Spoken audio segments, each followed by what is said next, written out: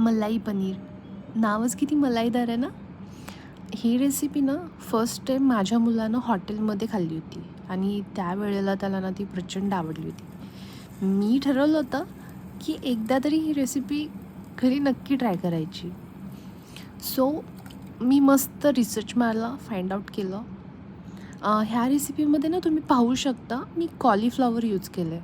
ॲक्च्युलीमध्ये ते यूज नाहीत करत, पण मी ते केलं कारण मला ना थोडासा हेल्दियर टच द्यायचा होता आणि कॉलीफ्लॉवरनं ना थोडासा स्वीटर फ्लेवर पण येतो. मी जेव्हा जेव्हा ना माझ्या मुलासाठी काहीही बनवते, मी नेहमी ह्या प्रयत्नात राहते की मी त्याला हेल्दियर फूड ऑफर करावं. सो मी माझ्या रेसिपीजमध्ये ना ट्विस्ट अँड टर्न्स ऑलवेज करत राहते. मी फ्राईंग पॅनमध्ये मस्त अद्रक लसूणची पेस्ट फ्राय करून घेतली, प्युरी ॲड केली,